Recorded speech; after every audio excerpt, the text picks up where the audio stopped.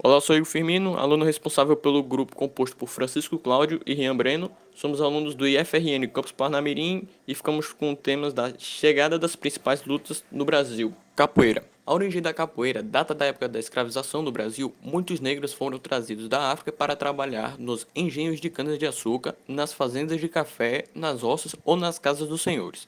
A capoeira era uma forma de luta e de resistência. Porém, para não despertarem suspeitas, os escravos adaptaram os movimentos de luta aos cantos da África, fazendo tudo parecer uma dança. A capoeira foi ficando do jeitinho que ela é hoje, gingada. No início do século XIX, no Rio de Janeiro, bandidos e malfeitores eram chamados de capoeiras, como registrou o escritor Manuel Antônio de Almeida em Memórias de um Sargento de Milícias. Em 1888, a escravidão foi oficialmente abolida do Brasil. Muitos negros libertados não tinham como sobreviver e acabaram na marginalidade. Em Salvador, chegaram a organizar gangues e provocar rebeliões. Durante muito tempo, a capoeira foi proibida. Na década de 1930, a capoeira já tinha adquirido um novo status na nossa sociedade. O próprio presidente Getúlio Vargas convidou um grupo de capoeira para se apresentar oficialmente no Palácio do Cacete. A capoeira foi liberada. Professores de capoeira da Bahia se tornaram famosos, como os mestres Bimba, Pastinha e Gato, imortalizados nos romances de Jorge Amado. Hoje em dia há muitas formas de jogar capoeira, e a mais tradicional preserva as raízes africanas, como a capoeira Angola na Bahia. Judô. Através de Mitsuyo Maeda, por volta de 1922, o judô surge no Brasil. O Conde de Coma, como também era conhecido, fez a sua primeira apresentação no país, em Porto Alegre. Partiu para as demonstrações pelo estado do Rio de Janeiro e São Paulo, transferindo-se depois para o Pará, onde popularizou seu conhecimento da nobre arte. Outros mestres também faziam exibições e aceitavam desafios em locais públicos, mas foi um início difícil para um esporte que viria a se tornar tão difundido. Um fator decisivo na escalada do judô foi a chegada ao país de grupos de nipônicos, em 1938. Tinham como líder o professor Ryuzo Ogawa e fundaram a Academia Ogawa, com o objetivo de aprimorar a cultura física, moral e espiritual através do esporte kimono. Daí por diante, dissimaram-se a cultura e os ensinamentos do mestre Jigoro Kano. Em 18 de 3 de 1969, era fundada a Confederação Brasileira de Judô, sendo reconhecida por decreto em 1972. Hoje em dia é ensinado em academias e clubes reconhecidos como esporte saudável que não está relacionado à violência. Esporte olímpico de grande prestígio e muito disputado. Tem no Brasil um celeiro de bons lutadores, fazendo o país ser reconhecido e admirado internacionalmente, exclusivo no Japão. Por ser um esporte de triunfos nacionais, tem sua marca associada ao sucesso. Jiu-Jitsu. Por volta de 1914, chega ao Brasil Mitsui Maeda, mestre japonês em lutas marciais, também conhecido como Conde Koma. Depois de percorrer alguns países como Reino Unido, México, Cuba e França, Maeda chegou ao Brasil fazendo demonstrações e lutas e fixa-se em Belém do Pará.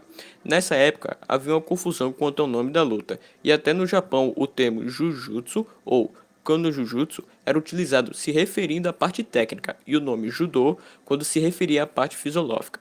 Somente em 1925, o governo japonês oficializou o nome Judô, nomeando assim a luta que era ensinada nas escolas públicas do país. Quando chegou ao Brasil, o nome Judô não estava oficializado e era comum aquela luta ser chamada pelos japoneses de Jujutsu ou Kano Jujutsu. Os brasileiros chamavam de Jiu-Jitsu.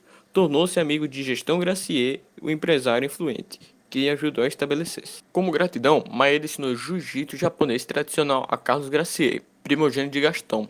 Carlos aprendeu por alguns anos e depois encarregou-se de ensinar aos irmãos. A primeira escola Gracier foi fundada em 1925, no Rio de Janeiro. Carlos e seus irmãos ensinavam jiu-jitsu aprendido com Maeda. Hélio Gracier, o mais novo dos irmãos, proibido de treinar porque era muito franzino, ficava só observando. Após muito tempo observando as aulas, Hélio percebeu que poderia adaptar as técnicas até então utilizadas, criando um estilo próprio de luta, baseado em suas próprias limitações físicas. Hélio passou a modificar o que observava nos ensinamentos do irmão, e com determinação de executar efetivamente os golpes modificados, e os apitando para a frágil estrutura física. Enfatizou os princípios de alavanca e encolha do movimento certo sobre a velocidade. Assim conseguiu modificar todas as técnicas entre muitas tentativas e erros, criando o estilo nacional do jiu-jitsu, o Gracie Jiu-Jitsu ou Jiu-Jitsu brasileiro. Karatê. O karatê chegou ao Brasil com os imigrantes japoneses no ano de 1908, com a colônia que se instalou no interior de São Paulo e na capital. Durante as décadas vindas da Terra-mãe, os japoneses, dentre eles o professor Akimine, ensinava a arte da mão vazia aos jovens nipônicos e aos poucos brasileiros que se interessavam. Em 1956, o professor Mitsuki Harada organizou a primeira academia, que foi na rua Quintino, Bocaiúva, no centro da capital paulista. Aí outros mestres de karatê seguiram o exemplo de Harada e fundaram suas academias.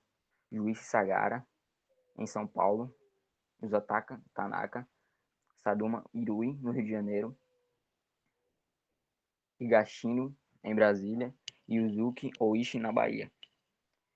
E em 1960, o karatê ganhou diversos adeptos, a partir da fundação da Associação Brasileira de Karatê, em São Paulo, pelo professor Shikin Akimine. O Muay Thai, no Brasil, se deu no ano de 1979, quando Nélio Nage introduziu o Muay Thai, na época a qual era conhecido como boxe tailandês. Ele reuniu um grupo de faixa preta de taekwondo, e entre eles o mestre Luiz Alves, Flávio Molina, Narani e em Curitiba Rudimar Fedrigo. E em 1980 foi fundada a primeira associação do Muay Thai, onde tinha como presidente o grão-mestre Flávio Molina. E o primeiro campeonato interestadual aconteceu no ano seguinte, que foi em 1981, no Rio de Janeiro, no Berro d'Água, onde hoje é a Academia Nobre Arte. Entre o Rio de Janeiro versus Curitiba, onde o Rio foi a campeã do campeonato. O boxe chegou no início do século XX, através dos imigrantes alemães e italianos, no estado de São Paulo e do Rio Grande do Sul. E a primeira luta de boxe no Brasil foi no ano de 1913, na cidade de São Paulo. Onde o primeiro boxeador que teve sucesso no Brasil foi o Benedito dos Santos, que ficou conhecido como Ditão, que em 1923, em suas 3 primeiras lutas, ele conseguiu ganhar de seus adversários sem nenhum tipo de dificuldade, levando todos a nocaute ainda no primeiro round. E após ele ter feito isso, ele conseguiu uma luta com o campeão mundial da época. E apesar dele começar a luta vencendo o primeiro round e tal, então foi massacrado e derrotado, tendo ainda como consequência um derrame que o fez parar de lutar.